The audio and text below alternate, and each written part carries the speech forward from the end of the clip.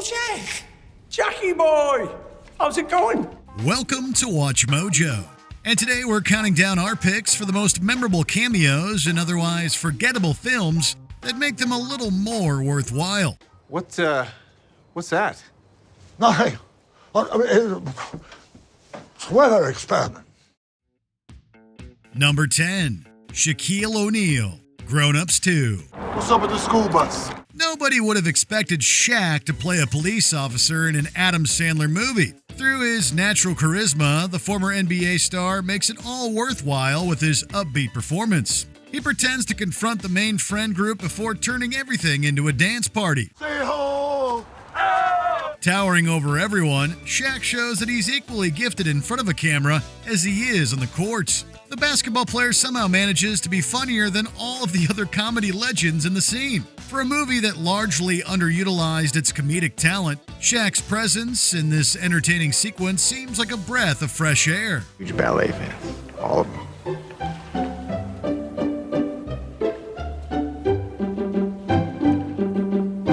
Number 9, Bill Murray, Dumb and Dumber 2. So what have you been up to, buddy boy?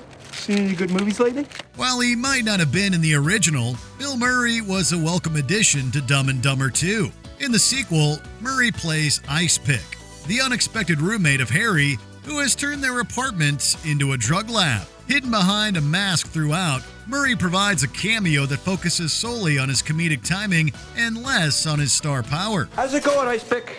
Best day ever. Greatest day of my life, really. Fans of Breaking Bad will likely enjoy this hilarious reference. It might be challenging to recognize the comedy icon initially, but repeated viewings elevate this scene as the highlight of this largely forgotten sequel. You can't help but commend the actor for showing up in a thankless role and still being completely hilarious. Pick cooks up a rock candy that'll make you dizzy. Number 8, Tom Brady, Ted 2. Yeah, can I help you? Hey, are you, Tom Brady? Yeah. The titular bear in this fantasy comedy sequel needs a sperm donor to have a child. So naturally, he looks for the best possible candidates. Enter legendary footballer Tom Brady. Ted and his friend John try to sneak into Brady's house to acquire the sample. It's a ridiculous scene made all the more absurd by the presence of the real quarterback. 2 league MVPs, 4 Super Bowl rings, guaranteed first ballot Hall of Famer. Things turn south in hilarious ways as he wakes up and foils their plan. Brady doesn't appear in a lot of movies, which makes this cameo even more special. It showcased the NFL player's willingness to poke fun at himself and injected this comedy with the spark it desperately needed. Someone's trying to steal Tom Brady's jizz again. Number 7, Michael Bolton, Snow Dogs. Remember, no matter what color you are, you can still have soul. Snow Dogs isn't exactly the pinnacle of Cuba Gooding Jr.'s career, but it does feature this enjoyable gag. After getting lost in the snow, Ted Brooks hallucinates that he's relaxing in a tropical paradise. In the whimsical scene, the character lounges on the beach and envisions himself engaging in a conversation with Michael Bolton. The scene is unapologetically silly, featuring a funny exchange between the two in which Bolton asks for a cookie. Can I have one of those blue cheese cookies, please? The singer gives Brooks advice and exudes an abundance of charm, managing to make at least one scene in this movie genuinely hilarious. It's the kind of bizarre cameo that would shine even brighter in a more noteworthy project. Where am I? My. Sleeping Beauty's finally awake. Number 6, Mariska Hargitay, The Love Guru. Mariska Hargitay, Your Holiness. Mariska Hargitay, Jessica Simpson. Many people would argue that The Love Guru ranks among the worst comedies of its decade. Despite being critically panned, it still features a fun cameo from this TV icon. It turns out that Mike Myers' character, Guru Pitka, uses Mariska Hargitay's name as a greeting, making for a welcome surprise when he encounters the real person. Mariska Hargitay, Guru Pitka. Mariska Hargitay. Mariska Hargitay? Willing to make fun of herself, the SVU star makes this more hilarious by fully committing to the joke. The scene also cleverly nods to the actress's work on Law & Order, with the signature sound effect. We are establishing the Mariska Hargitay Special Victims Unit.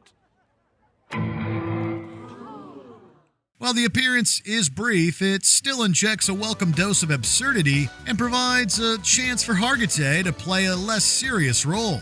Number 5. Azie Osborne, Little Nicky. Ozzy starts at 30 minutes. Maybe that'll cheer you up, Nicky. You don't have to be a metalhead to love Ozzy Osbourne's appearance in Little Nicky. Through a series of unexpected turns, the self-proclaimed Prince of Darkness appears out of a mysterious orb. His arrival comes just in time for him to bite the head off a bat, an apparent reference to his infamous 1982 bat incident. You can do it, Ozzy! Bite his freaking head off! Whether his appearance makes sense or not is up for debate, but what's certain is that the heavy metal godfather brings a delightful energy to this otherwise lackluster comedy. And there's no question that his cameo is a seamless fit in a film centered around Satan. Here, kill him with this.